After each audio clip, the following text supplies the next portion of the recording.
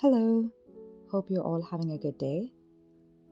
My thoughts are based on today's Gospel reading from the book of Luke, chapter 16, verses 1 to 13, the parable of the shrewd manager.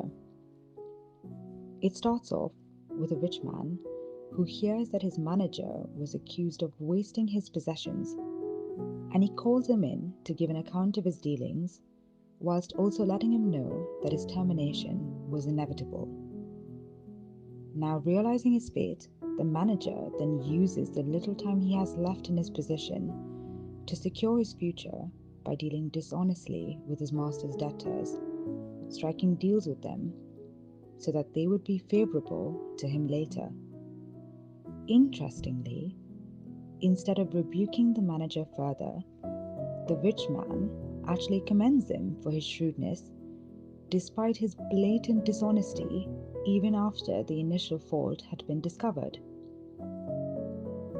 I found it confusing that the rich man called the manager to give an account of his dealings, despite him already having made up his mind about firing the manager. Why spend time listening when you've already passed judgment after hearing the accusation? Additionally, at the end, the manager shows us that he's not only wasted his master's possessions, but he's taken it one step further and committed fraud for his own personal gain without any remorse. What's confusing here is that the rich man recognizes this behavior as commendable when he's the one bearing the losses of his manager's actions. All of this suggests that despite the manager being the obvious antagonist of the parable, the rich man really doesn't seem to have the best character either, because what he's praising as commendable is probably something that he would have done in his own life at some point in the past to amass the wealth that he has. And the rich man, having passed judgment on the manager without having listened to his account or his defense of himself, suggests to me that the rich man probably cares more about what other people think of him than the actual truth. Moving on, we see three main points highlighted to us by Jesus. Firstly, use worldly wealth to gain friends for yourselves, so that you will be welcomed into eternal dwellings.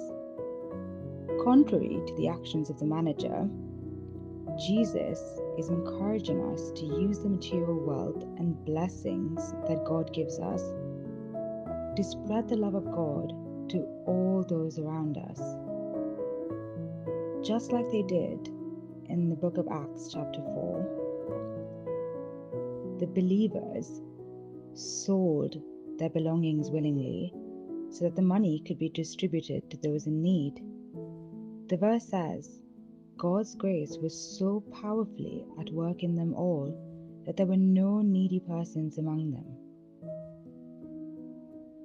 Secondly, if you are trustworthy in dealing with little things, you will also be trusted with much. This is in reference to tangible riches and opportunities that are graciously given to us on earth.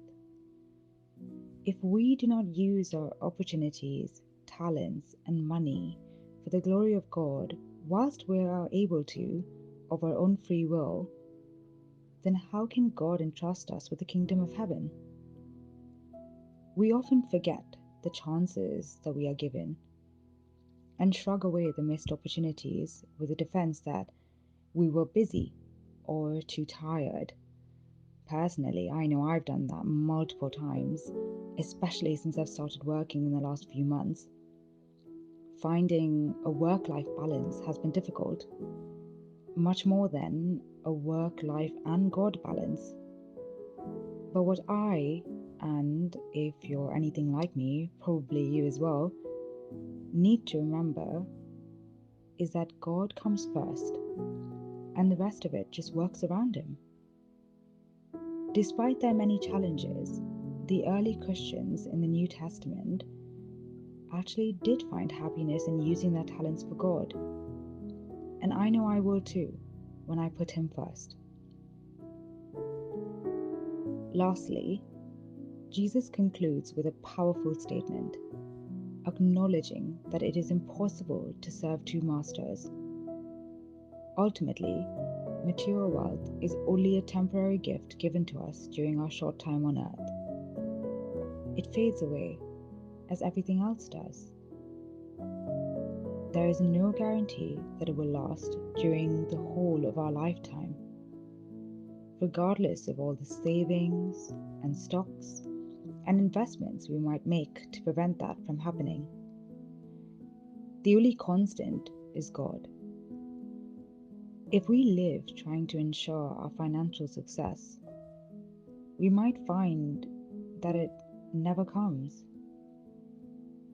Whilst wealth actually does help us be more comfortable and happier in life, I found that that kind of happiness doesn't really last forever. Instead, there's a different kind of peace, a different comfort that comes from being close to God. One that's eternal and that never fades away, despite the everyday challenges we face. Because there are always going to be hurdles, but there is only one Master who gives us the strength to get through them all. Thank you for listening. Let's bow our heads in prayer. Father, thank you for all the kindness and goodness you've shown to us and continue to show to us. Thank you for your never-ending love and for the many opportunities and blessings you send our way.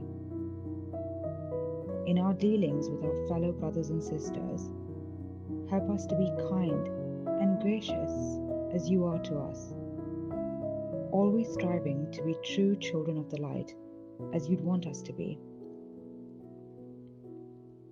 Guide us as we face trials and temptations, reminding us to stay trustworthy and honest through them all, even when the pressure gets too much, and help us to overcome them with your strength and the reassurance that you are with us through it all. May we always seek you, Lord, and endeavour to bring others into your warm embrace. All this we ask in your most holy and precious name. Amen.